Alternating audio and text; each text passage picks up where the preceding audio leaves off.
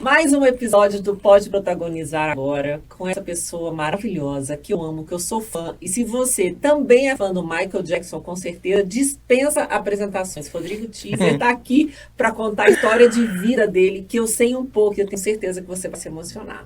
Quando se fala de protagonismo, ele é um cara que é o retrato vivo do que de fato é acreditar no sonho e tornar aquilo verdade.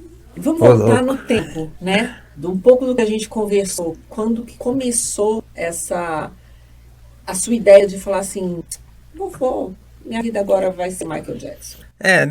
Eu sempre falo que não foi uma coisa planejada. Eu não planejei, não foi uma coisa que eu falei, vou fazer. Eu era muito fã, minha mãe fala que eu tinha uns 5 anos, e eu era muito fã do Michael, mas eu era muito tímido. E eu, no período de escola, ela fala que eu tinha dificuldade, a professora vivia chamando, porque eu era uma criança com dificuldade de socializar e tudo mais. Só que em casa eu me trancava no quarto e ficava o dia inteiro dançando. Que é uma coisa muito diferente, né? A timidez e uma criança ficar dançando. Então minha mãe viu nessa questão da dança, de gostar de dançar, uma forma de começar a me incentivar. E aquela coisa muito de... festa de família. Filho, dança ali, por que você não dança lá pra família? Eu, não, mãe, não. Mas vai, é tão bom. Não. Aí você dança uma vez, todo mundo gosta, você fica tipo... só gostou disso. Dança uma vez, dança outra. Fui parar uma prima minha, foi participar desses negócios de desfile infantil. E eu fui dançar Michael no desfile infantil. E aí foi a primeira vez que eu subi. Eu tinha 9 anos, e foi a primeira vez que eu me vesti de Michael e tal. E aí eu lembro do nervosismo, assim. É engraçado, eu tinha 9 anos, mas eu me lembro de quase congelar antes de entrar no palco. Mas eu me lembro que quando eu saí do palco, eu falei, mãe, eu queria fazer de novo. E aí minha mãe... A emoção, a vontade de fazer foi maior do que a timidez. E aí minha mãe fala que, tipo, na minha infância, assim, eu falava... tipo, se eu for bem na escola, eu posso ganhar uma jaqueta do Michael. Era a sua troca. Era minha toque e eu falava, mãe, arranja um lugar pra eu me apresentar. Você ouviu a primeira vez, já ficou fascinado, assim? Então, eu não me lembro de quando eu ouvi o Michael, porque as primeiras memórias que eu tenho da minha vida, assim, eu me lembro que quando eu era muito pequeno, nessa fase que minha mãe fala, meus pais moravam com a minha avó, e a minha primeira recordação de vida já é nesse ambiente, e eu já tenho recordação do Michael. Eu não lembro de ser... Qual era essa música lá, daquele tempo lá, da sua infância? o auge era Thriller. Então era Thriller, Billie Jean, Beat It, We Are The World, que era uma música que também... Na verdade, minha mãe conta que a gente saía de carro e ficava trocando estação, e aí ela falava que eu gritava, para. E aí ela falou que com o tempo ela percebeu que toda hora eu parava no mesmo cantor. E aí foi aí que ela falou, ele gosta desse cara, me deu um disco. Então foi assim. Sensacional. E não foi uma coisa planejada, né? Nessa sua primeira apresentação, você falou, não é que é legal? O que você gostou? Do reconhecimento, do aplauso, de vencer a timidez? Dá pra gente ter uma ideia? Caramba, você sabe que eu nunca tinha parado pra pensar nisso. Porque no fundo virou uma chavinha. Foi. Um garoto tímido. Porque eu me lembro, uma coisa que eu me lembro assim... Fora. E eu me lembro muito eu acho que eu cheguei até a pedir pra minha mãe pra não fazer de tão nervoso que eu fiquei, porque uma coisa era fazer em casa ou fazer pros familiares. Eu me lembro que eu tava num lugar, era pequeno, obviamente, mas era um palco e as crianças desfilando, e eu lembro de falar, mãe, não quero mais isso, não quero. E eu lembro da minha mãe, eu lembro essa sensação da minha mãe falar, agora não dá pra voltar.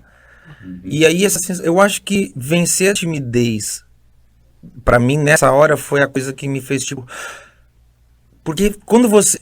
Uma vitória. Eu venci a timidez várias vezes, assim, ao longo da vida, porque hoje eu não me considero uma pessoa... Eu não me considero tímido, mas eu acho que eu sei lidar com a timidez. Mas eu me lembro de, na adolescência, ter essa sensação, e quando você vence isso, um alívio que te dá, você respira tão... Caramba, eu consigo lidar com isso. Porque é um medo que às vezes te trava. De forma... Sabe? Como? Paralisa. Aí você vai, tem ação e você espera. Tá todo mundo numa sala de aula. todo mundo tá ali para aprender. Por que que eu tenho vergonha? A minha timidez me trava a ponto de eu tirar uma dúvida. Porque, né, na nossa infância é esse medo.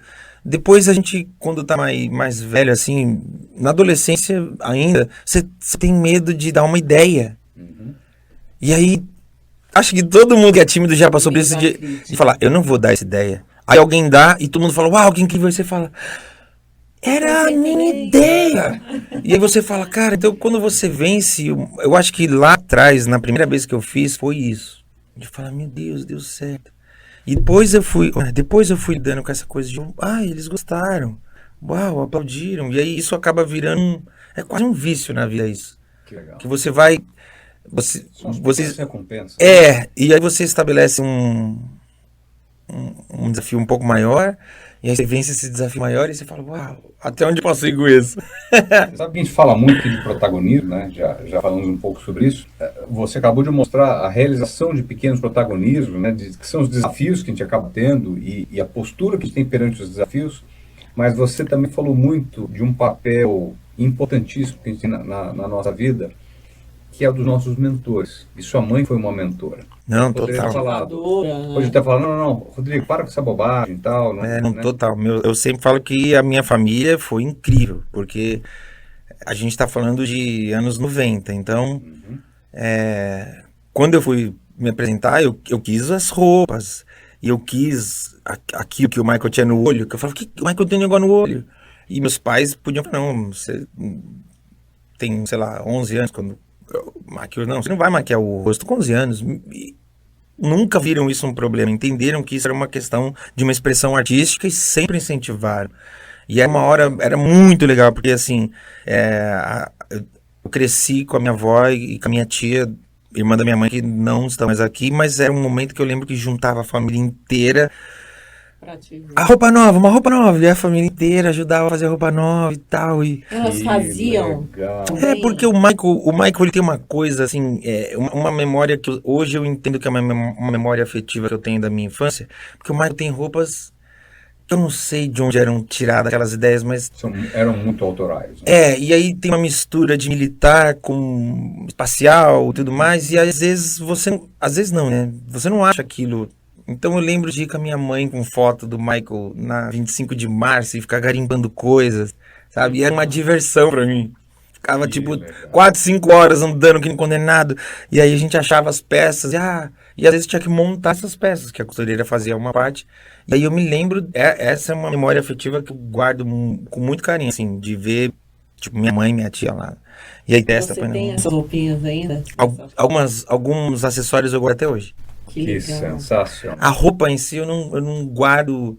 Porque toda vez que eu me desfaço de uma roupa, eu penso, alguém que está começando pode usar, sei lá. Mas alguns acessórios eu guardo até hoje.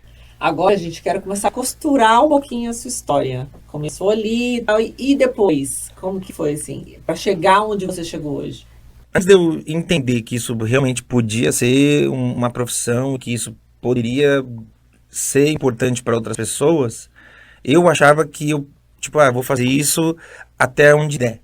Vai chegar uma hora que eu vou ter que parar para fazer alguma coisa, um trabalho de verdade, porque as pessoas sempre punham isso na cabeça, né? Quando vai ter um trabalho de verdade? Quando você se formar, você vai trabalhar com o quê? Você vai estudar o quê? E aí eu tinha na minha mente que isso aconteceria mais cedo ou mais tarde, seria isso. E aí, assim, a primeira vez que eu tive uma ideia de que isso que eu fazia, mesmo num âmbito que não fosse profissional, poderia me gerar alguma coisa, eu tinha 15 anos e na época tinha feira de informática, né? E eu fui participar da feira, me contrataram para fazer, eram acho que, sei lá, 8, 10 dias de feira, e todo dia tinha que ir para o lugar que tinha o stand lá no AMB e fazer, sei lá, quantas entradas por dia. E aí... Na época só dançando. Só dançando. Eu tinha uns 15 anos, acho. E era só dançando. Era aquela coisa, você vai fazer 3, 4 entradas por dia. E eu não tinha computador, a minha família não tinha como comprar computador. Quando eu cheguei, que eu vi como era a coisa, eu chegava, minha mãe ia comigo em todos os shows, então ela ia comigo, então eu chegava sempre, 40 minutos antes, meia hora, e pedia pra alguém me deixar usar o computador e me ensinar a mexer no computador. Aí dava meia hora, eu ia lá, minha mãe me maquiava Olha. e eu fazia o show. E aí eu chegava no outro dia, mesma coisa, 1 hora antes, 40 minutos, mexendo no computador, ficava lá.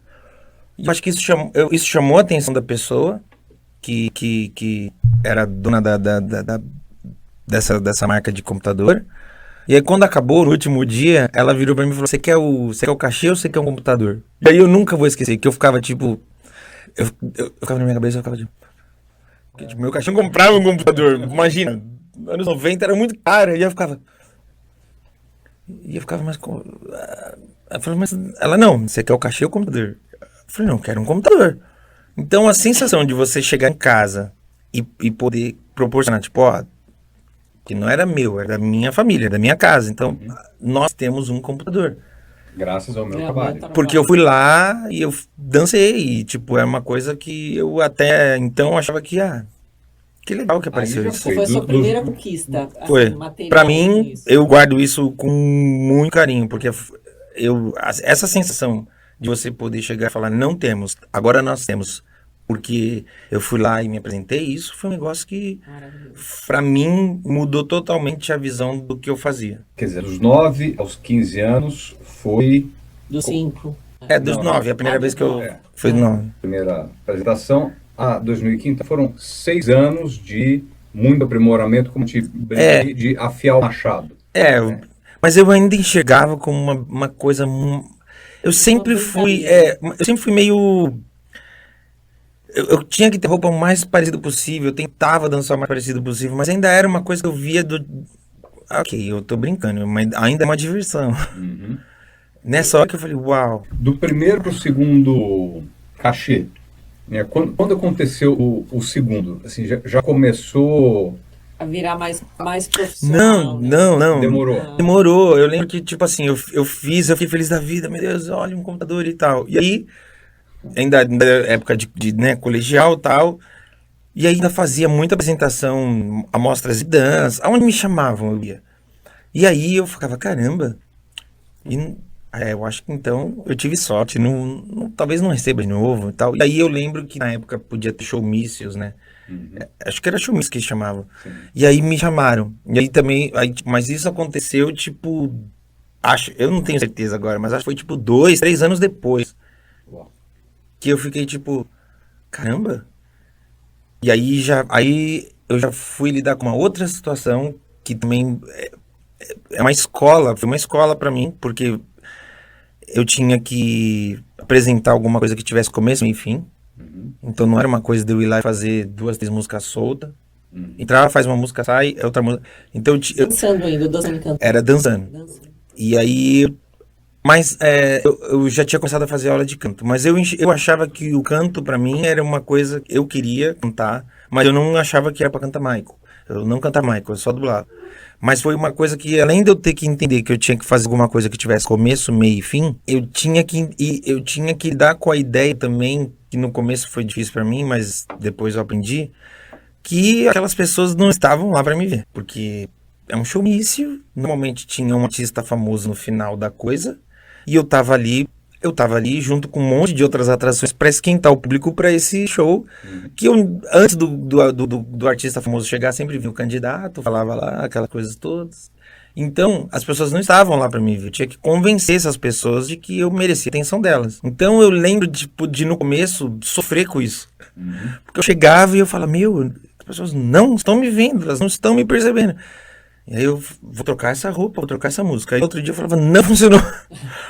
E até que Mas nem era por você, era porque as pessoas não prestam atenção mesmo nesse... Não prestava, mas eu lembro de encontrar um formato de falar, opa, hoje me notaram. E aí eu lembro deu certo esse formato. E aí eu fui com esse formato, porque era, né, ano político era muito show na época, e eu lembro que foi uma sensação também muito legal de poder... É um trabalho mesmo, né? Porque você tem hora para chegar, o seu número tem que ter começo, meio e fim, a roupa tem que estar legal, tem que estar direito. Lógico que esse ambiente, ele tinha todo tipo de... Né? Tinha profissional, tinha amador, tinha gente que... Mas pra mim era uma coisa tipo, não, eu tenho que estar com o figurino ok, tem que estar impecável e tal, e eu tenho que apresentar. Pra mim era isso. Eu tinha que falar, não, eu tenho que estar melhor, tem que estar melhor, tem que estar melhor. E nessa época, eu lembrei de uma coisa agora, desculpa. Nossa, eu lembrei de um negócio agora que eu comecei com esses shows Isso, isso é uma coisa muito... Vou comer uma pipoca. Ai, meu Deus. Nossa, que coisa mais de maluco. Eu comecei com esses...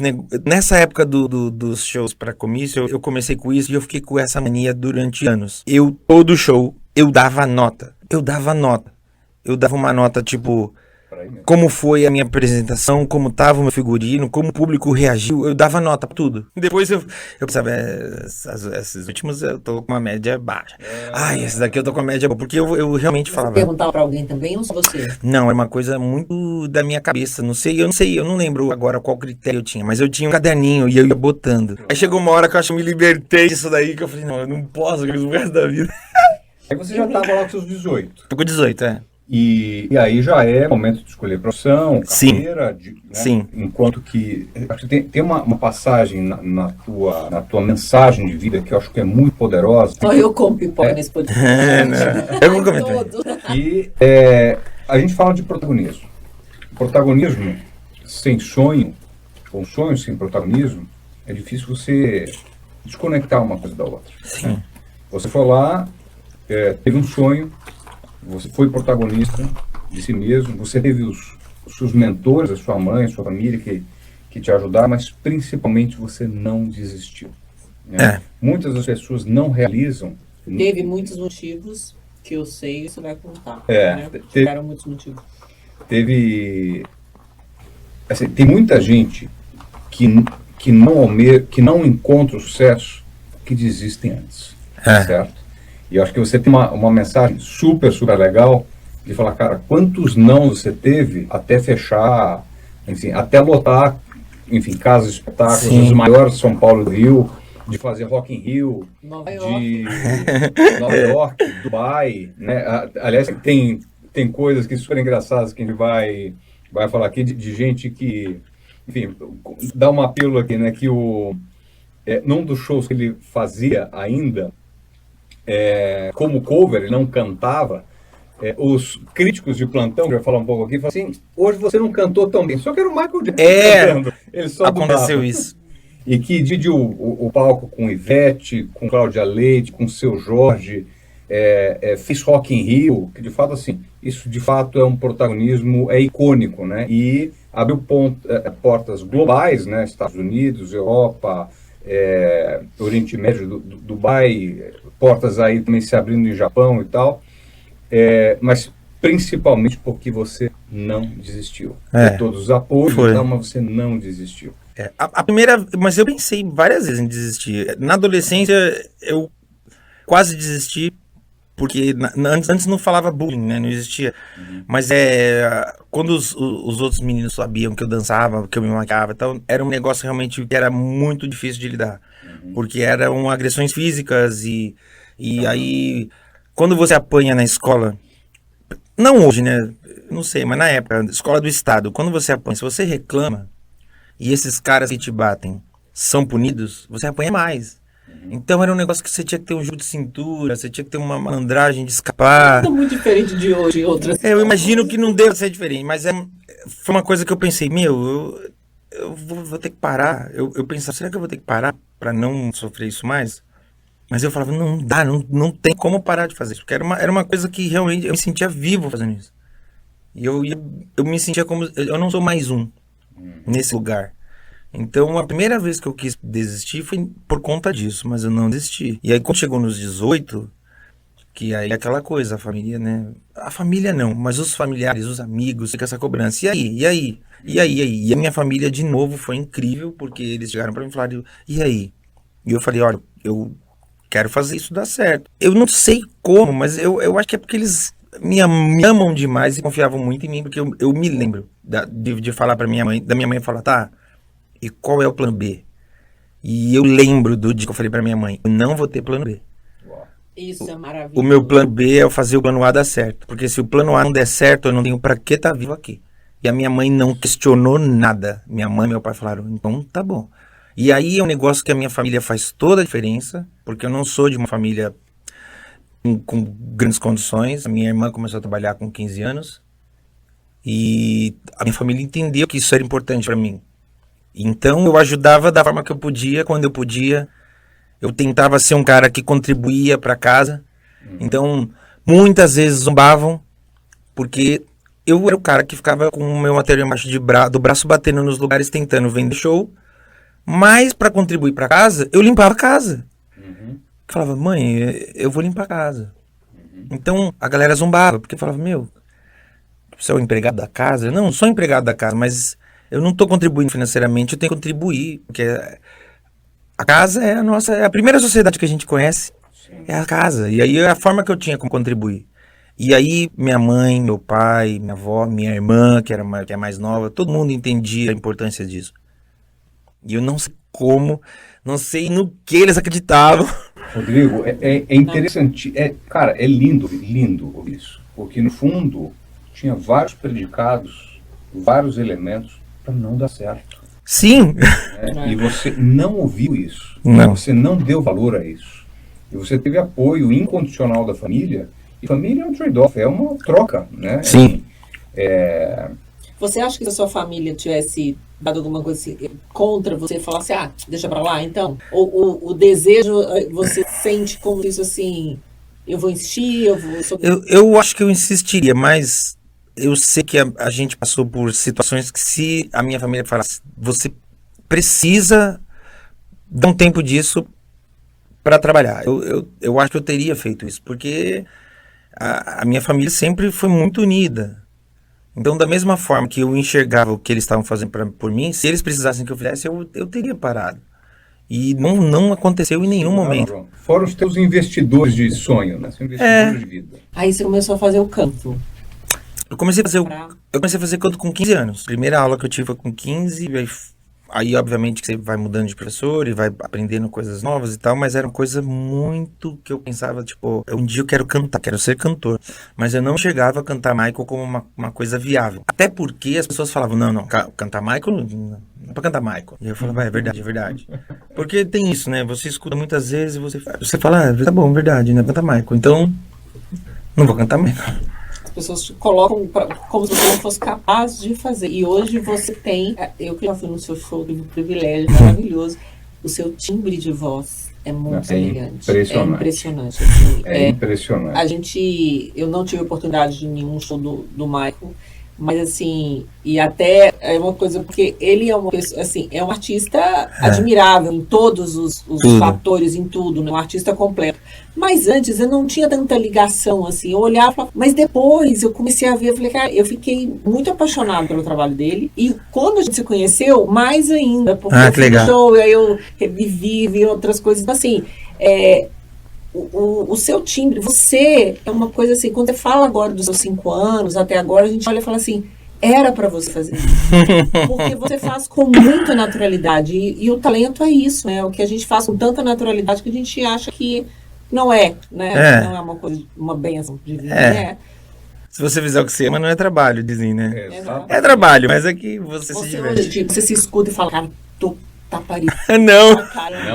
Não. É impressionante. Eu escuto, eu falo. E tem uma coisa engraçada. Não tem muitos caras que cantam Michael, mas tem alguns lá fora. E eu escuto e eu sei quem é de ouvir. Eu escuto e falo, isso aqui é fulano, isso aqui é fulano. Eu não sei, eu acho que é muito. Eu não sei se é porque eu ouvi muito a vida inteira. Ouvi várias versões e tal, mas eu acho que é muito impossível. E o legal é que o Michael teve muitas versões, né? Muitas. Desde Jackson 5, a época que ele cantava Bean, quando era pequenininho e tal, e como ele foi se reinventando até, quer dizer, primeiro, que eu acho que foi o álbum do Billie Jean, que eu acho que foi... o Thriller. O Thriller, o álbum exatamente. Que ali eu acho que foi uma... Aliás, antes do Thriller... Off the Wall.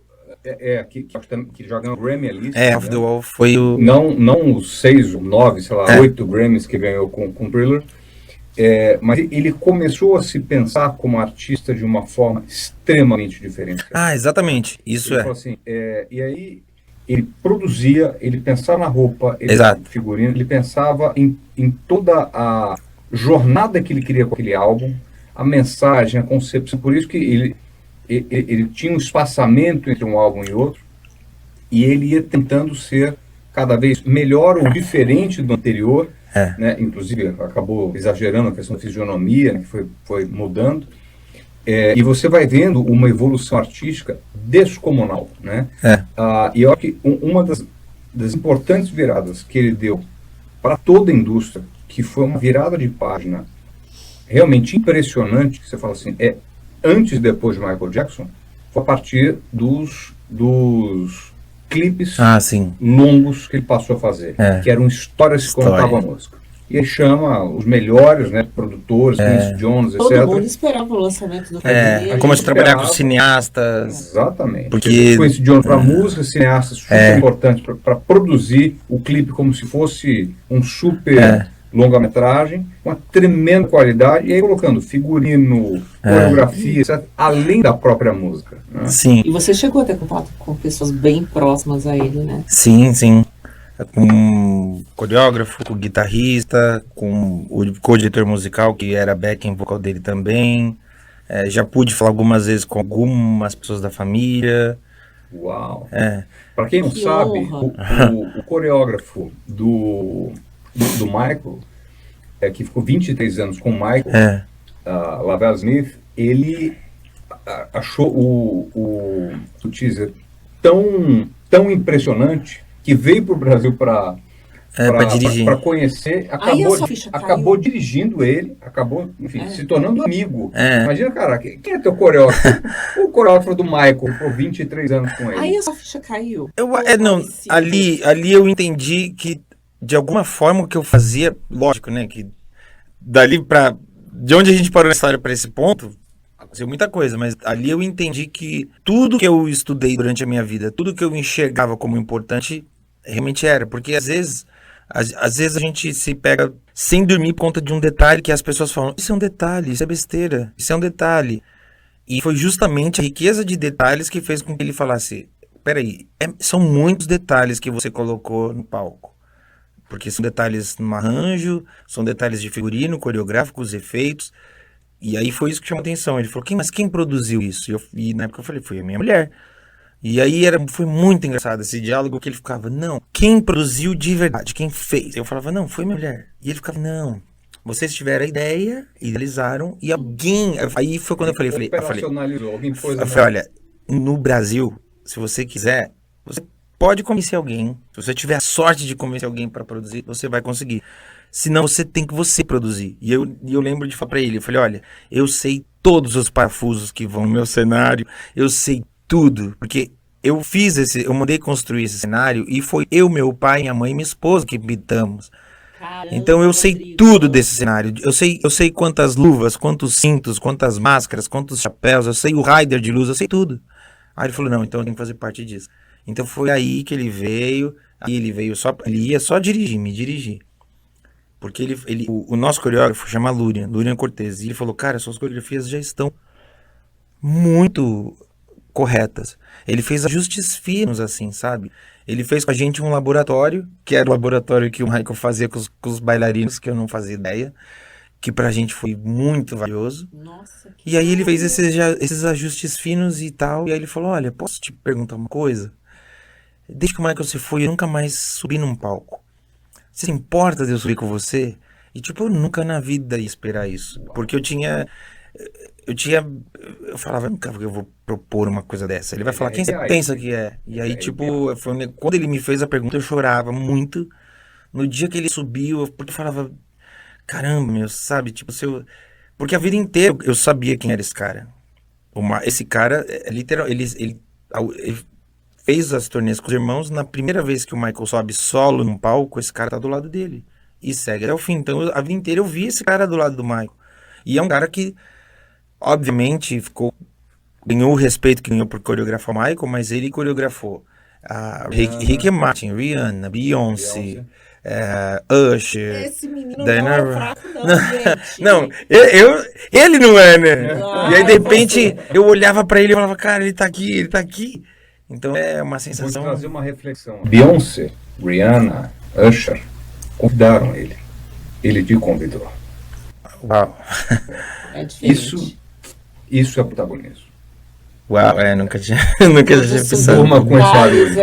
Esses detalhes que você pensou, tudo que você foi plantando, você colheu e ainda vai colher muito mais.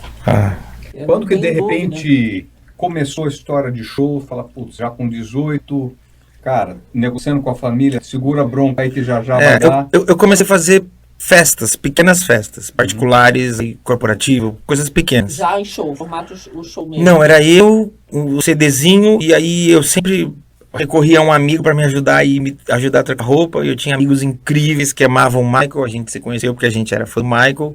Então eles iam lá e me ajudavam. E aí em 2001 eu conheci a Priscila e a gente... Super, Priscila, esposa queridíssima. E aí a gente se conheceu e foi uma coisa assim, a gente conheceu, acho que em agosto, em outubro a gente começou a namorar e nunca mais a gente se desgrudou.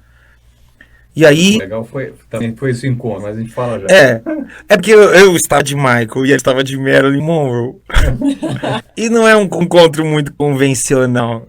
E um prazer, Michael. Um prazer. E o mais incrível é que pouco tempo depois teve uma festa que a nossa madrinha Verusca, se chama Verusca, e ela é atriz, ela fazia o Pickle. E aí ela falou, vai ter uma festa, a Marilyn quer que você vá. E eu ficava, Marilyn quer que eu vá? Não tá meio mal explicado. E aí os argumentos, hoje lembrando, é muito engraçado, que os argumentos eram, vai estar divertido, vai estar o Jim Carrey, vai estar o Chapa. Aí você fica tipo... E aí foi quando a gente se encontrou de fato e começamos a namorar e a gente seguiu junto. Então, eu lembro que assim, eu tive a ideia de... Porque eu sempre achei que o lance é você surpreender o público. Claro. Porque o público sempre espera uma coisa, você tem que estar um passo à frente. O Michael falava isso, na verdade. Você tem que estar um passo à frente. Às vezes você tem que fazer eles acreditarem que vão ver uma coisa para você estar um passo à frente. E aí eu montei um show que era eu e bailarinos. E ninguém queria contratar para lugar nenhum. Uau. E aí eu ficava, ninguém quer contratar. E aí o pessoal que dançava falava, e aí, quando a gente vai deixar? Eu falava, tinha treinado, eu falava, não, e tinha roupa, tinha figurinos, e eu falava, não, já, e esse já não chegava. Tô fechando, já te falo. E aí o Michael sofreu uma acusação, e aí foi aquela coisa, né? Aí foi um período muito complicado, porque como artista eu não tinha um posicionamento, então era aquela coisa, Michael aqui não, Michael não. Então eu lembro que, toda essa galera que eu conheci fazia os eventos, e a maioria das vezes eu ia acompanhando a Priscila. A Priscila fazia muitos eventos, muito mestre de cerimônia de Marilyn, muitos eventos, happy birthday pro diretor da empresa. Eu ia acompanhando, porque naquele período, não, nada de Michael aqui. E aí eu tive uma ideia. Enquanto estava sendo processado, eu falei, eu vou fazer o show no teatro. Eu vou fechar um teatro e vou fazer esse show no teatro. Eu não tinha um show tão longo, eu falei, porque eu tinha montado um show para casas noturnas, para eventos pequenos. Eu falei, eu vou aumentar o show vai ter 1 hora e eu vou apresentar num teatro. E aí foi a primeira vez que todo mundo falou, isso é essa ideia mais ridícula que eu já ouvi na vida. Mas eu tá sendo processado, não sei o que. Eu falei, não, eu falei, ele vai ser inocentado e a gente vai comemorar nesse show. E aí ele não tinha sido inocentado ainda. E eu nunca vou esquecer, eu tive com ele a semana passada, todas as vezes que eu me encontro com esse cara, eu agradeço a ele, que é o Roberto, do Teatro Gazeta. Eu fui até lá, na época, eu fiz uma participação num outro show, para um grupo de mágicos, que é The Oriental Magic Show. E eles estavam fazendo uma temporada no Gazeta. Eu falei, você pode me arranjar para conversar com o cara do Gazeta? E o Roberto me recebeu, eu contei para ele toda a ideia. E aí foi muito engraçado, que ele falou, você vai fazer...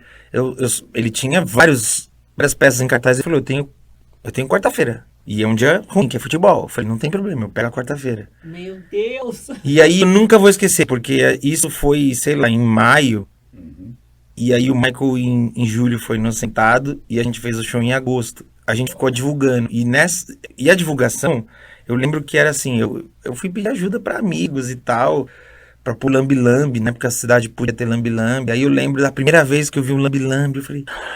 Um lambi-lambi divulgando o show. E aí eu lembro que alguém falou, cara, você tem que ter... Tudo era tua grana. Era seu recurso de amigo. Recurso de amigo. Na verdade, para fazer... Na verdade, assim, para fazer o show mesmo, eu não tinha grana. Aí o que eu fiz? Eu tinha um Corsa 96, eu falei, vou refinanciar esse Corsa, vou pegar esse dinheiro e vou pôr no show. E aí, tipo, nessa hora, é a hora que... Era a hora da Priscila ter falado assim, Mas ela falava, vamos nessa. Ela nunca botou um freio, ela falava, não, vambora. E aí eu lembro que alguém falou pra mim, meu, ponto de ônibus é um lugar bom pra você ter cartaz. Então o que eu fazia? Eu saía aí um amigo meu, chamado André, era eu, ele, a Priscila, a gente saía de madrugada, pegava os pontos de ônibus ali da redondeza toda e a gente mesmo colava os cartazes no poste. Que E sensacional. aí a gente fazia isso, dava um tempo, depois de 2 semanas, obviamente aquele cartaz não tava mais lá, a gente ia, colava tudo de novo, ia divulgando assim. E aí aconteceu o show que eu nunca vou esquecer, porque eu fiz esse show pra gravar. Porque todas essas pessoas que eu oferecia o show e falavam não, eu falava, eles falam não porque eles não estão entendendo o que eu tô oferecendo. Então eu só fiz o show pra gravar. E aí, pra minha surpresa, a gente botou tipo, sei lá, o teatro cabia, sei lá, 600 pessoas, 700, não sei, a gente botou 500. E eu fiquei tipo, meu Deus, eu não acredito. Tipo, Pagando. pagando, e eu Quarta-feira. tremia, que eu falava, meu Deus, eu não acredito. E aí foi a primeira vez, assim, isso foi 2005. Foi a primeira vez que eu falei, cara, as pessoas vieram. E elas assistiram, e elas aplaudiram, e eu ficava, como pode isso, sabe? Que lugar louco. E aí, isso foi onde eu entendi que existia um público que não era um público mainstream, não era um público que você saía e gritava, quem aqui iria? Não é assim, mas existia. E aí eu falei, não. E aí com esse material que eu filmei, que eu gravei, aí eu comecei a ir nas casas noturnas e falar, olha, eu tenho esse show. E aí o pessoal falava, ah, então tá, vem. É Então tá, diferente vem. ver, As pessoas né? começaram a entender que eu podia fazer um show com bailarinos. Tanto que tem uma história também que assim, eu fazia show numa casa noturna e aí a casa noturna tinha um cachê tipo de R$ 200 por noite. Era o cachê que se pagava. E aí eu lembro de chegar pra galera e falar, galera, vocês aceitam ganhar R$ 50 pra fazer um show? É só dessa vez, R$ 50. E eu lembro que a galera falou, tudo bem, eu topo, porque tipo, era aquela coisa, a gente ensaiava não fazer show nunca. E aí eu lembro que eu falei, ok, não vou ganhar nada, vou pegar esses R$ 200, vou dividir, vou pagar a galera, mas eu vou fazer e eu duvido que eles não querem de novo. E a gente foi e fez, e aí a gente ficou meio que, cara, a gente voltava acho que quase todo mês pra fazer esse show, e o fato de fazer esse show, outras casas começaram a pedir, e a casa do interior começou a pedir, e aí, se tá na casa do interior, ou se tá ali naquele show, alguém fala, ah, cara, eu vou fazer uma festa da minha empresa, e aí, sabe, uma coisa chama a outra, aí eu comecei a entender essa relação, de que você tem que, não é só dar um passo à frente, você tem que surpreender mesmo. Então, puxa, tem que ter um figurino melhor, puxa, o balé tem que ter um figurino melhor. Mas você já pensava com 9 anos. A sua Agora você só estava realizando. A sua história é a prova viva, assim, da união da disciplina com talento, com perseverança, sabe, com aquele amor, Sonho. assim, o sonho, visualizar. Porque quando você está criando o show, você já está visualizando. É. Né? Aí você escuta a música, você tem a sensação, você mistura tudo Ah, e faz acontecer, assim. E foi a luta, né, cara? Sim. Exatamente. Você colou o seu cartaz, né? Sim, Muita gente clama, eu não consigo e tal. O cara pode de madrugada para vender seu próprio trabalho. O cara vai além. O cara se preocupa de fato com esmero, com relação a Com figurino, detalhes, com detalhe, né, com acessório. Fala, puta, não ficou bom. Se avaliar com correção de valor, porque o cara foi um tremendo nota 4, né? Nada que foi bem, nota 9,5. ah, tem muito isso. Então, de achar que o medíocre, o mediano é legal. Não, cara. Assim, Michael só foi Michael porque ele não Sim. foi mediano. Exato. Ele não foi medíocre.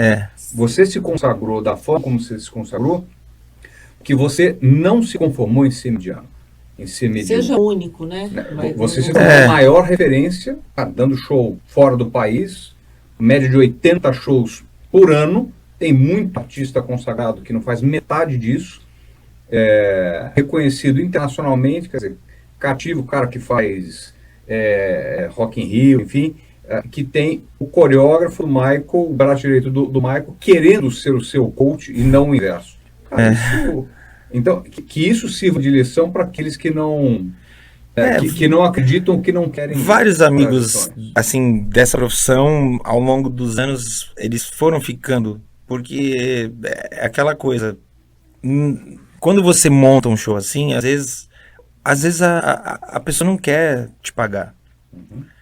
E aí, às vezes, você tem que pensar, caramba, o quanto importante é para mim eu me apresentar e colocar minha marca ali.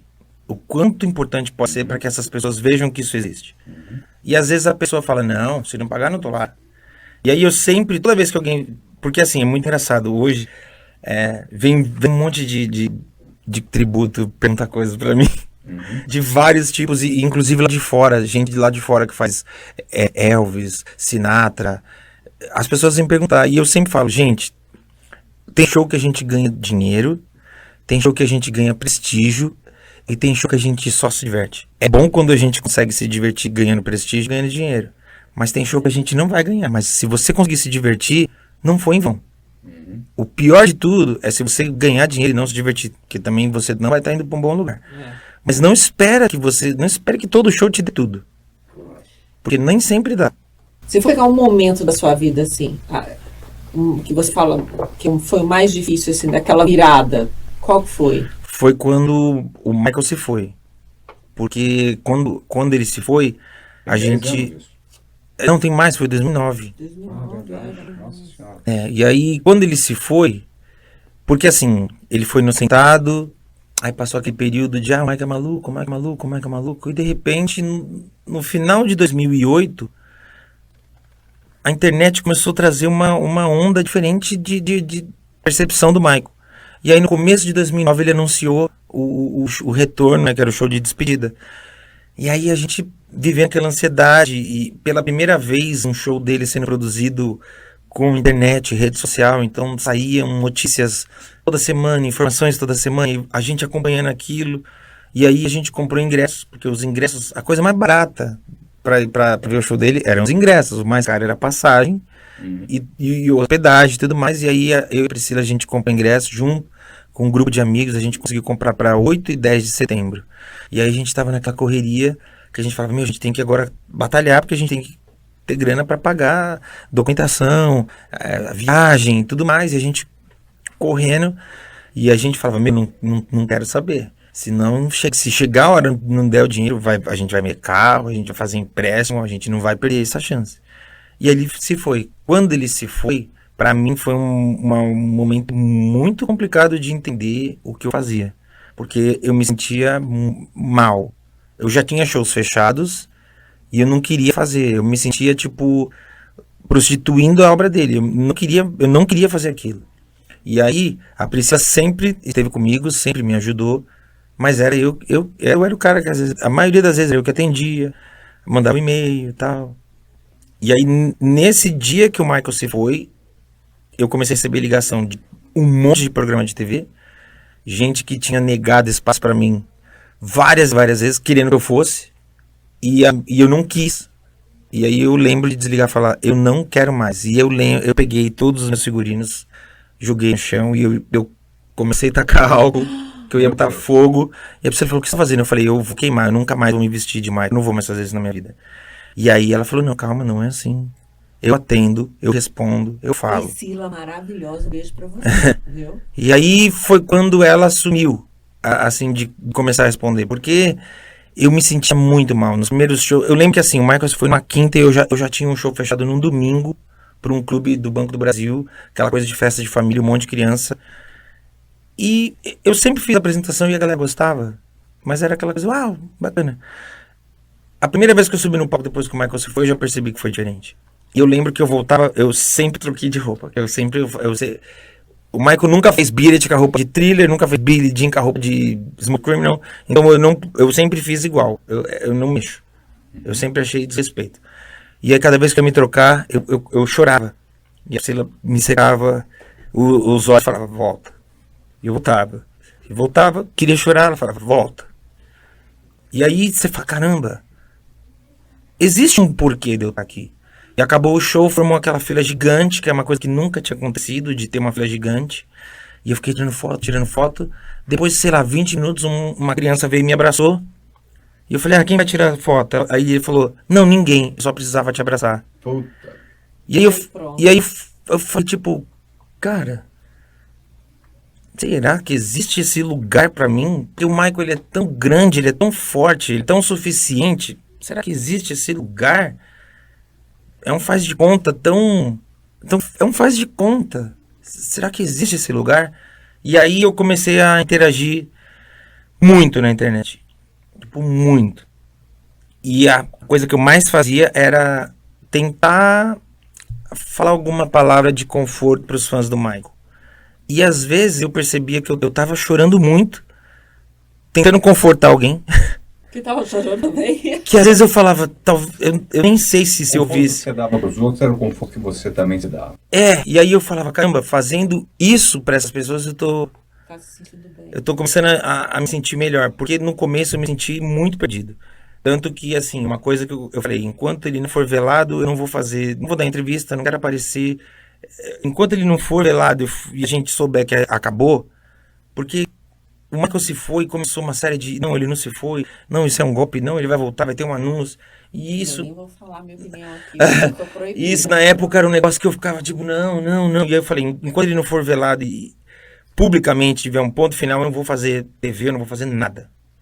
E aí eu lembro que eu fiz só um programa de... Você também tava de luto, né? Tava. Mas é porque as coisas eram muito malucas, sabe? Assim, eu lembro que no dia que teve o cerimonial dele, eu lembro que tinham emissoras que falavam, a gente queria assistir o cerimonial filmando a sua reação. E aí a Priscila falava, olha, ele não vai estar bem, porque ele, com certeza ele vai ficar emocionado, ele vai chorar. Não é isso que a gente quer captar. E aí a gente falava, não é isso, não é essa mensagem que eu quero passar. E aí o único programa que eu participei, na verdade, foi um programa da Ana Maria, porque anos antes eu recebi um convite para me apresentar num evento que o Michael esteve. E eu fui convidado para representar a América Latina. E eu não consegui visto. E eu me lembro que um produtor da Ana Maria, do programa dela, tentou via emissora gerar uma possibilidade de uma matéria para que eu fosse como a matéria, e aí me ajudasse com o visto. Infelizmente também não deu certo, porque quando eu tive os 2 vistos negados, o tempo ficou muito curto, mas eu guardei isso com tanto carinho, que quando ele convidou, ele falou, a gente nem vai falar do assunto porque o programa está gravado. Se você aceitar, o programa continua gravado, mas no último bloco ela vai aparecer ao vivo para falar disso. E aí eu fui, e foi assim, a única coisa que eu participei, e durante a música eu já falei, não vou conseguir. Eu comecei a chorar, e aí, graças a Deus, já subiu o logo, acabou o programa, e ela veio, e ela foi tão carinhosa comigo. Ela não queria. E aí aquilo também foi uma coisa, o abraço que ela me deu me fez tão bem, que eu falei, porque na hora eu ainda me sentia tipo, cara, por que eu tô fazendo isso? Porque eu sempre falei que o que eu faço, essa obra não é minha, eu não sou dono disso. Mas eu me sentia mal, eu falava, eu tô prostituindo isso. Então foi uma situação muito, muito complicada, assim, pessoal mesmo. E eu só saí desse lugar muitos meses depois, quando saiu o filme This Is It, o documentário, que eu fui assistir. E assim que acabou o documentário, assim que acabou o filme, eu falei, Priscila, vamos montar um show que ninguém nunca viu em homenagem ao Michael, com um elevador de palco, explosão, luz, conteúdo de LED, banda, tudo ao vivo. Vamos montar? E aí eu falo, era a hora que ela tinha que ter dito, você tá emocionado, não? E ela virou e falou, ela virou e falou, vamos. E aí maravilhosa, gente, admiro. A gente começou tudo era montar esse show. Então, entrava dinheiro, eu comprava alguma coisa pro show. Pegava o cartão, trazia uns figurinos de fora e dividia nesse cartão. Entrava outro show, tudo era em torno desse show. E a gente começou a ter reunião e nas reuniões, porque eu ainda era de um ambiente muito voltado para fã, casa noturna, era uma coisa muito pequena, eu nunca tinha ido. E foi quando um show autoral, né? É um show já, quer dizer...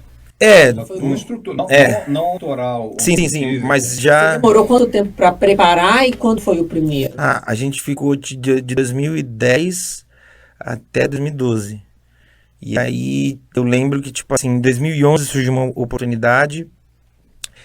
E aí a gente correndo, porque é literalmente montar muito aos pouquinhos. E eu botei, porque a gente foi montando o roteiro junto, eu e ele escrevendo como é que vai ser e tal. E aí a gente estabeleceu, porque no meio do caminho as pessoas falavam, mas eu acho que já dá pra você estrear assim. E eu falava, não, Eu só vou estrear quando tiver tudo. Tem que ter o elevador, tem que ter a explosão, tem que ter o efeito, o ilusionismo. Sim. Tem que ter o ilusionismo, tem que ter tudo. Porque se não tiver, alguém vai falar, faltou. E eu não quero que digam que faltou. Eu quero que as pessoas falem. Eu não esperava que tivesse tudo. Então demorou muito pra gente fazer. E aí, durante esse processo, que é longo, foi longo pra gente. Porque tudo é caro, né? E a gente não sabia onde ir. Então eu lembro que a gente estabeleceu um método que era assim, eu precisava de muitos ternos. Porque o Michael tem vários números com vários ternos diferentes, e eram 8 bailarinos, imagina, sei lá, 16 ternos, mais 4 ternos pra mim, é muito terno. Aí eu lembro que cheguei, e aí eu fiz uma proposta pra uma senhora que até hoje é uma querida, chama Jo. Eu falei, ó, ela tinha uma loja dessas de trajes de casamento. Eu falei, eu faço show pra você, eu danço em evento que você quiser, e você me dá os ternos. E aí eu comecei a trocar o que eu podia com o meu show pra ter eram permutas.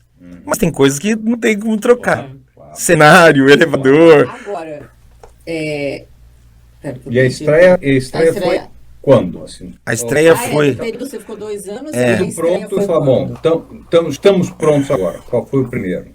E foi, na verdade, assim, foi nesse período que eu sempre apresento a Priscila, eu falo dona do show, mas porque foi nesse período que a Priscila realmente assumiu esse papel. Porque a gente ia na reunião e as pessoas... eu não entendo por que alguém, quando não acredita... Se alguém chega pra mim e falar uma coisa que eu não acredito, eu não vou desmerecer. Eu só não vou embarcar na dela. Eu só não vou fazer parte. Mas eu não sei, tem pessoas que fazem questão de te diminuir, te menosprezar. E essas coisas, elas machucam muito. Claro, Então, mas artista se expõe, né? e eu ia na reunião, mostrava tudo que a gente já estava fazendo, tudo que está pronto, tudo que já estava sendo produzido, o que faltava e tal. E a pessoa ouvia tudo aquilo e você fala com entusiasmo, e aí a pessoa via e fala, essa ideia é a mais absurda que eu já ouvi. As pessoas não vão sair de casa pra ver alguém fingir que é Michael Jackson. Onde você tá com a cabeça? Então você toma uma, aí você vai na outra. Pois o cara te completou, mas... Aí depois você vai em outro, o outro faz... Eu não acredito. E aí isso vai te machucando. E eu comecei a sentir culpa, porque eu falava, Nossa, isso é o que há de mais cruel, né? A pessoa debochar. E eu comecei a perceber que existia um prazer em debochar. E isso começou a me deixar muito mal, e eu comecei a sentir culpa. Porque eu falava, eu moro numa casa, eu moro de aluguel, a gente mora numa casa hiper simples. Eu peguei um dinheiro que eu não tinha, eu não troquei de carro, eu não dei entrada num apartamento. Eu investi num show, e eu comecei a sentir culpa, porque eu falei, talvez eu tenha feito uma grande burrada da minha vida, e talvez eu tenha levado a Priscila junto comigo para essa burrada, porque é aquilo que a gente falou um pouco antes, era tanta gente falando que era uma ideia estúpida, que eu falei, talvez seja uma ideia estúpida, então. E aí a Priscila, é atriz, ela começou a falar, apareceu um teste, vou fazer um teste com um comercial. E não eram testes, eram reuniões. Porque de alguma forma ela, não sei se é da mulher, eu não sei, ela tinha um tato e uma sensibilidade diferente. De alguma forma aquilo não afetava ela como me afetava. E aí ela começou a ter reuniões. Eu sei bem como é isso. Intuição. Ela começou a ter reuniões sem me falar. E mesmo quando dava errado eu não sabia. E aí ela vinha e falava, não passei no teste do comercial. Precisa um teste para um comercial. E aí, em uma dessas reuniões, um produtor falou, puxa, gostei dessa ideia, vamos fazer. E aí ela chegou para mim e falou, olha, não era uma reunião, não era um teste, eu fui ter uma reunião, o cara quer fazer o show. E aí eu ficava, não é possível, sério. E aí a gente estreou em junho de 2012, numa casa que era até aqui perto, se chamava Skyline. Sim. E a gente estreou lá e foi assim... Eu nunca vou esquecer esse dia, porque... É aquela coisa assim, né? Horrível. A primeira vez que eu ouvi na rádio alguém anunciando o show, eu ficava... a rádio tá anunciando meu show! E aí, tipo, pra mim, o que é um negócio que eu juro, até hoje, eu me emociono até hoje. Quando eu abri o jornal e eu falei... no quadradinho tá lá, Fábio Júnior, roupa nova. Eu tô no mesmo lugar que esses caras. Eu vou pisar no mesmo palco que esses caras. Você já tinha aberto um show do Fábio Júnior. Tinha aberto um show do Fábio Júnior. E pra mim, eu ficava, uau, eu vou abrir o show do Fábio Júnior. E aí, tipo, foi muito incrível porque nesse tempo de, Marco, vamos começar a divulgar, eu tive a oportunidade de conhecer o Seu Jorge. E o Seu Jorge, eu falo que eu tive uma aula, por alguma razão ele falou, pô, vai lá em casa um dia pra gente conversar e tal. A Vanessa Jackson tava fazendo show com ele, a Vanessa é muito minha amiga. Na verdade, a primeira vez que eu cantei Michael foi no show dela, porque eu dublava. E aí no meu show, eu arriscava, eu mesclava a dublagem com ele entrando ao vivo.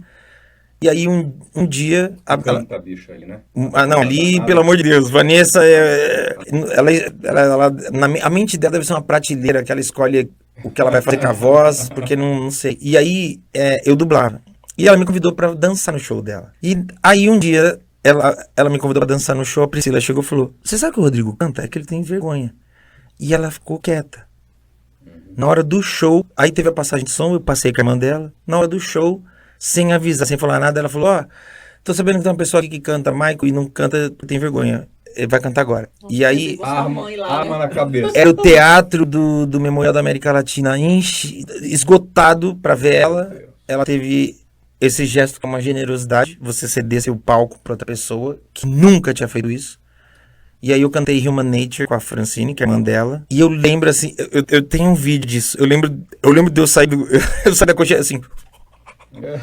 E aí eu cantei e eu falei, meu Deus, tipo, a reação da galera foi essa, porque eu ainda não tinha estreado meu show, então eu tava muito inseguro de como seria, porque eu já tinha entendido, quando a gente começou a montar o show, a gente entrou num outro processo de entender o que eu podia fazer e o que eu não podia fazer, porque quando eu ia lá na casa noturna... Você foi com medo mesmo, igual aquela lá, igual criança.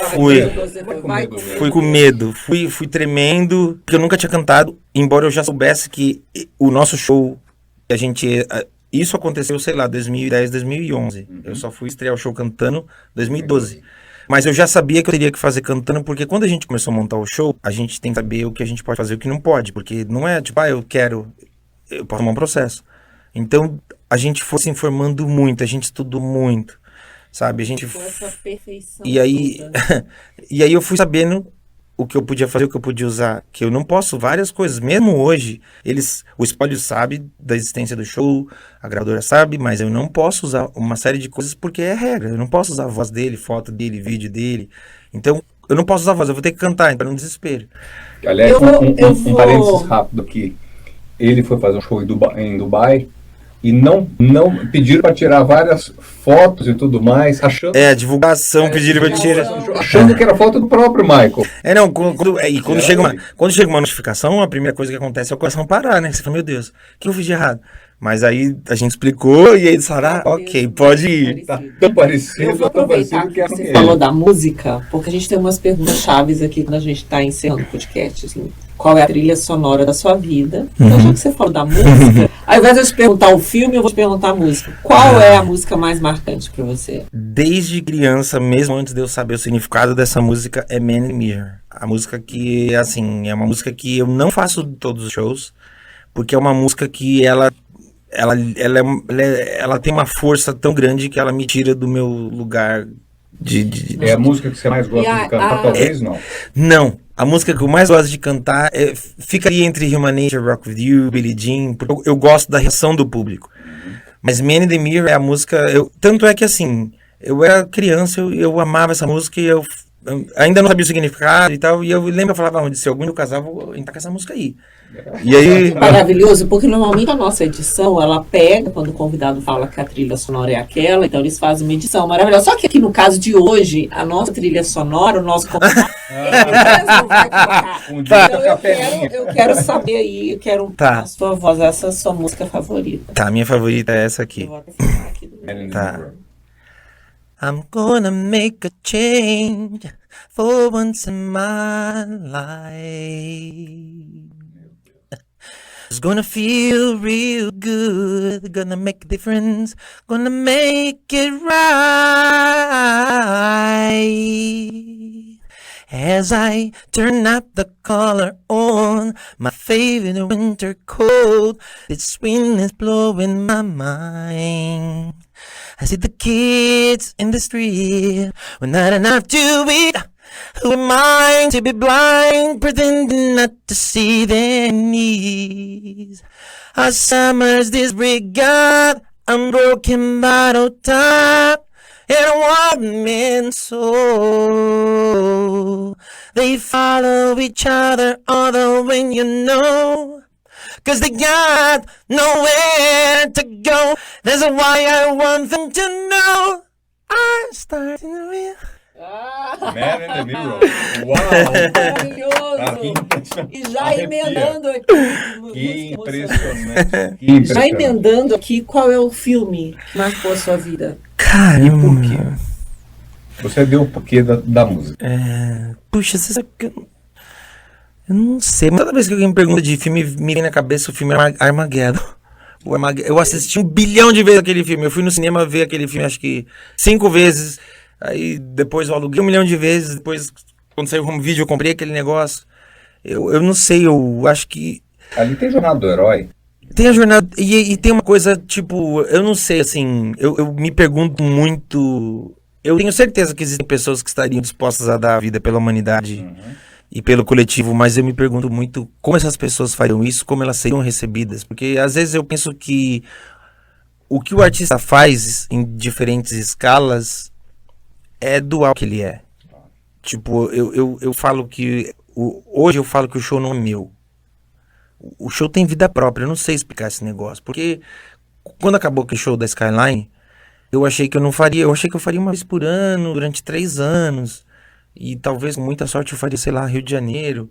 Eu nunca ia imaginar que a gente, desde o primeiro show até hoje, só cresceu. E às vezes eu fico preocupado, que eu falo... Em alguma hora isso vai parar de crescer, tipo... É o Big Bang, né? Ele explode, mas ele vai... Em alguma hora ele vai começar... E eu fico morrendo de medo disso, porque... Sei lá, quando eu fiz a Skyline... E a gente estreou na Skyline, foi a 2ª maior bilheteria da história da casa. A gente só perdeu por Roupa Nova. Caramba. E aí a gente começou a fazer outras casas, e aí um dia me chamaram pra fazer casas grandes, e aí... Rock in Rio, e aí vai lá pra fora, e aí você fala... Toda vez que acontece uma coisa dessa, eu falo, acho que chegou no máximo, não dá pra nem daqui. E acontece alguma coisa, eu falo... Então, acho que esse aqui é o máximo. Não tenho dúvida. Dá pra ir lindo aqui. Inovar mais. Inclusive, deixa eu ver esse material. Deixa eu ver esse material sim. aí, que é o trouxe pra próximo você. show. Não, do show que a gente viaja. E é o material que a gente tem Vai com mostrar aqui, imagens né, de tudo. Fazer imagem. A gente viu nos bastidores ali, é Olha que impressionante. incrível, gente. Em especial, né, porque isso aqui retrata muito do que você falou. De esmero, né, de detalhe, de preciosismo, de qualidade, né? Que de fato é o que consagra. Tem pessoas que, por sorte, enfim, foram lá e conseguiram, sim, mas você encontra muito mais histórias de sucesso, e aqui a gente está falando de protagonismo, histórias de sucesso, aqueles que de fato se dedicam ao seu sonho e à sua própria vida. E tem uma frase que você leva para a sua vida toda? No final do show, eu sempre falo, e eu nunca planejo. É uma falha. Eu deveria planejar.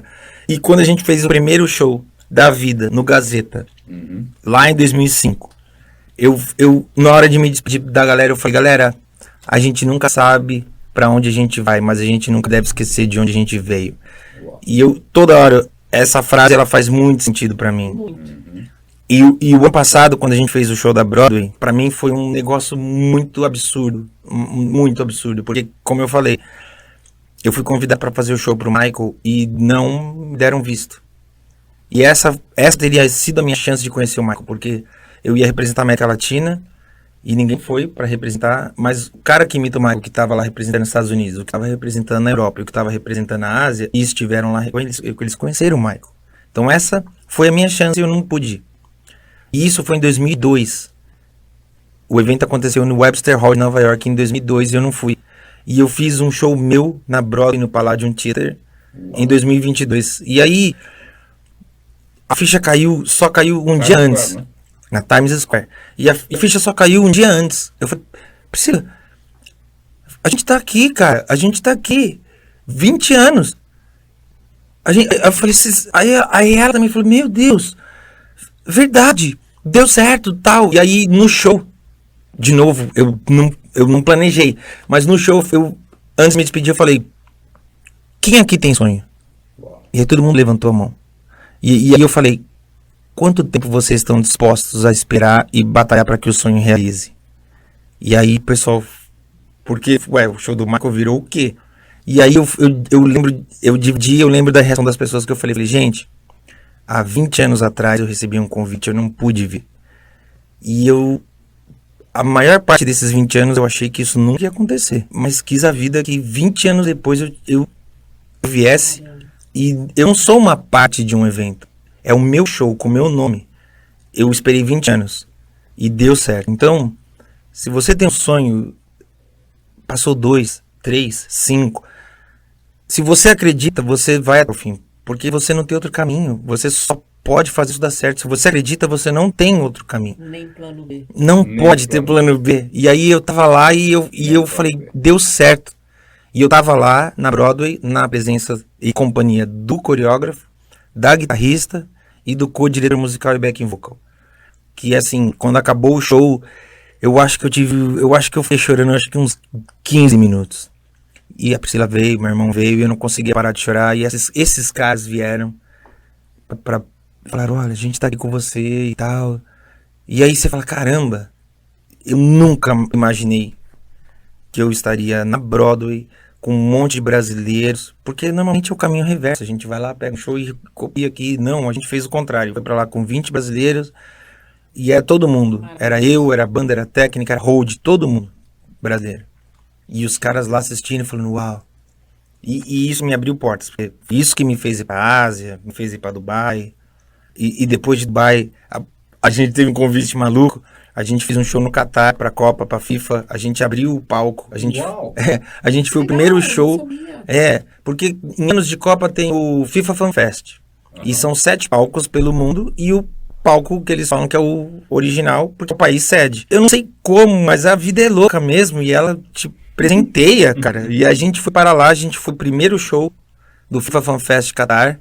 E a gente fez um show para 40 mil pessoas. Eu nunca tinha me apresentado para tanta gente na vida. A equipe, Meu Deus. a gente abriu, foi o primeiro show e... Tudo assim, acontecendo, toda essa sementinha que você foi plantando, quando vai acontecendo, você fala, meu Deus, não é assim, você plantou isso o tempo todo. É porque eu sempre falo, eu não sei se eu acho que eu tô na colheita, mas eu acho que eu ainda tô semeando. Sim, sim. É um processo contínuo que você vai semeando, porque se você achar que, o jogo tá ganho, aí é quando você perde. Eu trabalhei com uma pessoa... Essa é uma frase do Michael, né? Ele nunca... O Michael achava, o Label contou que o Michael achava que o conforto artístico era o fim de um artista. O artista não podia ter conforto. E aí eu trabalhei com uma pessoa que falou que no ramo artístico os troféus são todos de gelo. Então você ganhou, acabou. Você pode contemplar, mas ele vai derreter, você tem que correr para ganhar outro. E eu percebo que a vida é isso mesmo. E você fala essa frase na maioria dos shows? Você... Não, essa frase eu falei muitas vezes e eu repeti lá em Nova York. E eu falei em inglês, eu falei, tem muito brasileiro, e, obviamente que tinha, eu falei, aí eu pedi licença pra eles, falei, eu preciso falar uma coisa aqui em português pra essa galera. E aí eu falei, e aí foi muito legal, porque a gente de alguma forma, óbvio que são histórias diferentes, vidas diferentes, pessoas diferentes, mas de alguma forma, quando você tá lá, você é abraçado, né? A gente, depois de Nova York, a gente fez Orlando e foi um show, assim, tinha muito brasileiro, lotaram o House of Blues. E aí, tipo, os americanos ficavam, tipo, what? Tipo, impressionado, porque a galera sabia da importância daquele momento e tava, tipo, cara, se deu certo, você tá aqui, sabe? E é uma coisa tão incrível, porque você fala, não é meu mais. É de todo mundo que tá aqui, é de quem trabalha comigo, é de quem acredita que tá desde o começo. Tem gente que tá desde o começo. E a escola? Você fala, isso daí vai ser uma coisa também... Menino, você falou comigo e eu entrei em desespero porque eu achei, falei, gente, eu vou... Mas ano que vem. Ano que vem. Então, Ela tava imagina, óbvio que eu desesperada, vou. Não, é o ano que vem, Aí eu porque esse começo a ano fazer já um tá esquema. tudo Por pronto. isso que eu demorei. Não, porque foi eu não muito liguei legal, ainda. porque me chamaram e perguntaram se eu toparia e tudo mais, e eu falei, lógico que eu topo, porque eu sempre me perguntei, por que uma escola nunca quis homenagear o Michael, falar da vida dele e tal. E aí, pô, vai ser a escola inteira, todos os carros, tudo, eu falei, nossa. Nossa, vai ser lindo. Engraçado, que desde que anunciou, a comunidade de fãs, né, ficam compartilhando o assunto, então tem fãs até de fora que quer saber como faz pra participar. Muita gente lá fora não faz ideia que você pode participar, né? Eles acham que você vai lá na arquibancada e Só pra assistir. quando souberam, Que pode. peraí, a gente pode estar ali? Custa tipo 100 doleta por uma Aí você bombinha, fala, não é nada, sim. né? Aí foi muito engraçado que a pessoa falou, ali, onde essas pessoas estão fantasiadas, eu posso estar ali? Eu falei, pode. Meu Deus! Não, Porque você é uma coisa já saiu.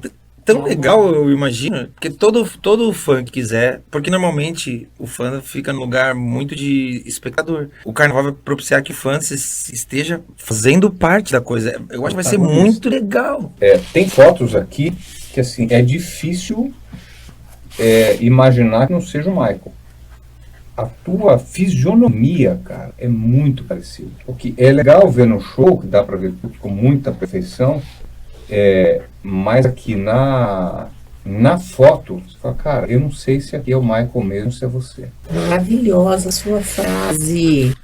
Eu não sei se eu ouvi. Rodrigo, eu não tenho assim, desde a primeira vez que eu entrevistei você, eu bati um papo aqui numa live em 2020. Durante a pandemia. Eu me emocionei muito, a gente já tava, né, com os nervos ali à flor da pele e... Mas não tem como não se emocionar. Não tem como não se emocionar com essa história. Ela é muito inspiradora, assim, em todos os sentidos, da sua trajetória, da sua determinação, de tudo. E antes de encerrar, até vou abrir um parênteses aqui, claro que parte disso, tudo que você contou, né, a Priscila tem um papel fundamental. Sim. E é por isso que eu vou mandar um presente para ela. Ótimo. Família. Tá? Sua mãe, sim, obviamente, eu pegar... Mas Priscila nos últimos... Não, total. 21 anos. 21 Uau. anos. Esse presente vai para ela. Tá. É o nosso Entregarei. patrocinador. Que lindo. Muito obrigado. Espero que ela goste. E se você também gosta de uma semijoia, você é maravilhosa, quer presentear a sua esposa, use o cupom PODE protagonizar e garante desconto no site da Julia D. Eu quero encerrar esse de uma maneira diferente, tá, gente? Você acompanha nossas redes sociais, toda quarta-feira às 19 horas tem vídeo novo no canal do YouTube. Mas hoje eu não posso deixar, né? Nós não podemos deixar de encerrar com alguma outra música qualquer. Tá. Eu até vou ser mais ousada, porque tem duas pessoas aqui da produção na salinha do lado. Pedi para eles irem aqui, que eles queriam ouvir o Rodrigo para a gente terminar. Encerrar e te agradecer mais uma vez. Não, eu que agradeço. Obrigada. Muito obrigado. Mais sucesso na sua vida, sempre. Que Deus continue te iluminando. Eu quero, de verdade, agradecer a oportunidade de vocês terem me chamado para falar, porque recentemente, conversando com a Priscila, eu fico pensando qual é a minha função, né? Entreter, obviamente, mas qual é a minha função além disso? E aí eu acho que a minha função é... Eu tenho 42 anos. E tem coisas que eu com 15, eu achei que eu viveria com 20. E eu não vivi. E aí com 20 eu achei que eu ia realizar com 30, eu não realizei. Com 30 eu achei que eu ia realizar com 40 e eu tô realizando agora. E às vezes eu vejo gente de 18, 20 anos, porque as redes sociais geram uma urgência péssima na gente. E eu vejo gente de 20 anos, às vezes 25, falando, cara, não consigo, não dá. E isso me deixa muito mal. Porque às vezes a pessoa não sabe o quanto ela... É difícil. Eu não sou a pessoa mais equilibrada. Se não fosse a Priscila, de verdade, eu não sei. Eu brinco, eu apresento ela no show, eu falo, a dona do show, porque eu não sei se o show existia, se não tivesse a calma ou o controle que ela teve. Mas eu acho que esse hoje é o meu lugar de poder falar para as pessoas isso, de acreditarem no que elas... Se elas realmente acreditarem, né? De fato, e seguirem com isso. Porque eu tenho o tributo e eu tenho um trabalho autoral. E hoje eu percebo uma coisa. Muita gente que não acreditava no tributo fala pra mim assim, cara, por que você quer fazer um trabalho autoral? Você é louco, você esgota a casa de show, você é maluco, trabalho autoral, que besteira.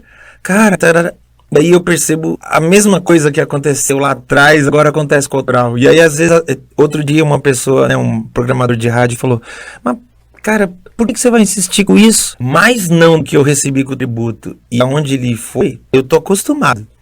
Eu sei que é uma questão de tempo. Então, é um degrau, é um trabalho de formiguinha de novo. Mas eu acredito que vai dar certo. E se alguém em casa tem um sonho, e esse sonho é o que você acorda e você pensa, eu tô vivo por isso, não desista disso. Por favor, não desista disso. Todas as vezes que eu me peguei mal foi quando eu comecei a achar que eu não tinha mais como fazer isso, ou que eu tinha que parar. E aí isso começou a me afetar de pensar, puxa, se eu não fizer isso, por que eu tô vivo, né? Então, não desistam, por favor, não desistam. Não desistam dos sonhos e sem plano B, minha gente.